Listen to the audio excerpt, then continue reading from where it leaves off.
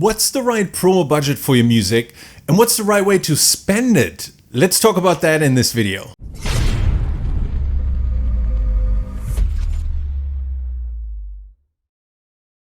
Hey, it's John here at Hyped, and in this video I want to talk about music promotion budgets.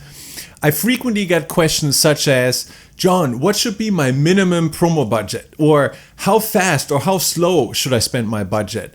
Or what's the best music to spend my budget on? Or what results should I expect for my budget? So I wanted to share my thoughts on this and give you some advice on how you can spend your music budget in a way that might give you the best results and the best growth for your music. In the old music industry, record labels would usually promote the latest release of an artist. And that's because they had pressed thousands of CDs or vinyls. So this is what they had in stock sitting in a warehouse, and this is what they needed to sell. So they promoted what they had in inventory.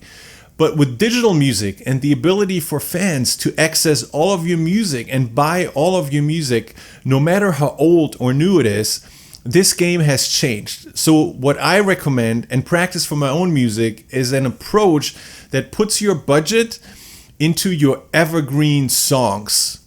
And let me explain what that means. If you look at all the music that you have out, there will be some songs that are just better at converting first-time listeners into fans than others, right? We all have this as music artists. Some of our songs are just bigger hits than others. And our latest release isn't always our biggest hit. And I know this is sometimes hard for us to sort of buy into. I'm always most excited about my latest track. It's my newest baby. But that doesn't mean that my audience out there and my fans are equally excited about it. And so sometimes I have to come to realize that just because I'm most excited about a track doesn't mean that my audience and my fans are as well. So if I put my budget into a song that doesn't resonate as well with the audience out there, I would lose out on the ability to grow as much as I want to grow in terms of fans, listeners, and streams. So what I do instead, and what I recommend music artists do, is identify which ones are their evergreen tracks. The tracks that have shown over time that they are best at converting first-time listeners into fans. What you can do is you can look at the past performance of these songs. Look for signals that tell you which songs do your fans love the most. What I've done, I've run Facebook and Instagram ads for my songs over time. And these ads, they tell me very, very well which of my songs resonate best. Those are the songs that get the most engagement, the most clicks, and the most conversions. And so this is where I want to focus my promo budget. I identify those evergreens and they get most of my promotion budget. And what I do in terms of budget, I'm not setting up a specific dollar number per release. Instead, I'm thinking about a promotion budget as something that I can spend on a daily or monthly basis. So for example, I say, okay, I want to spend $5 a day on the promotion of my music. I can put this into Facebook and Instagram ads, and every day I keep on spending this budget. And I put it into the evergreen songs, right? Those songs that are best at converting first-time listeners into fans of my music. Now, you might be saying, well, John, aren't fans going to be turned off if I promote old music? I think about it this way. Whenever somebody discovers you and listens to your music for the first time, that song is going to be brand new to them. It doesn't matter whether you released that a week ago, a month ago, a year ago, or 10 years ago. If this is the first time they're listening to it, it's going to be a brand new song, and this is all that matters.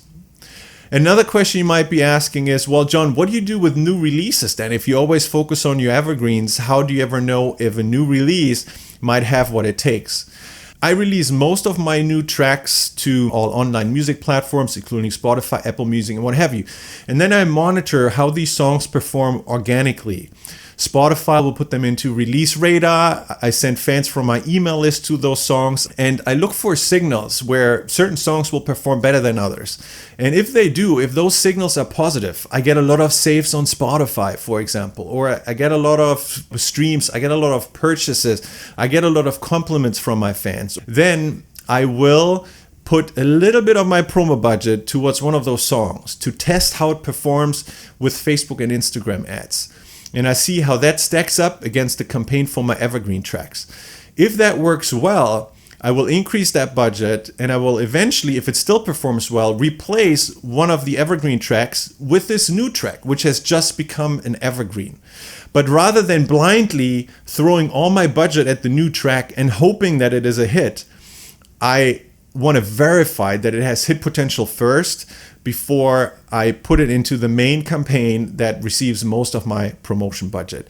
And if you take that approach to music promotion and to applying your promo budget to your music, you get the biggest overall growth in fans, in streams, and in listeners. I hope that makes sense. I hope you liked it. If you have any questions or any comments on how you're applying your music budget to your music, definitely make sure you leave a comment below. And look, if this topic of promoting your music with Facebook and Instagram ads in the way I just described it is something you want to dive a little bit deeper on, then I invite you to check out my training program. It's called the Spotify Growth Engine.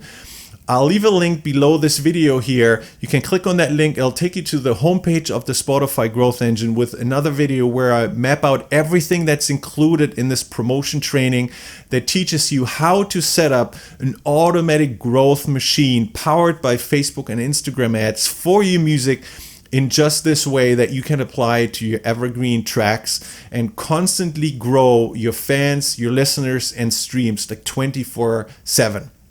Click the link below this video to check it out. There's also lots of testimonials on that page from other artists who have joined the Spotify Growth Engine and have seen amazing results and growth for their music.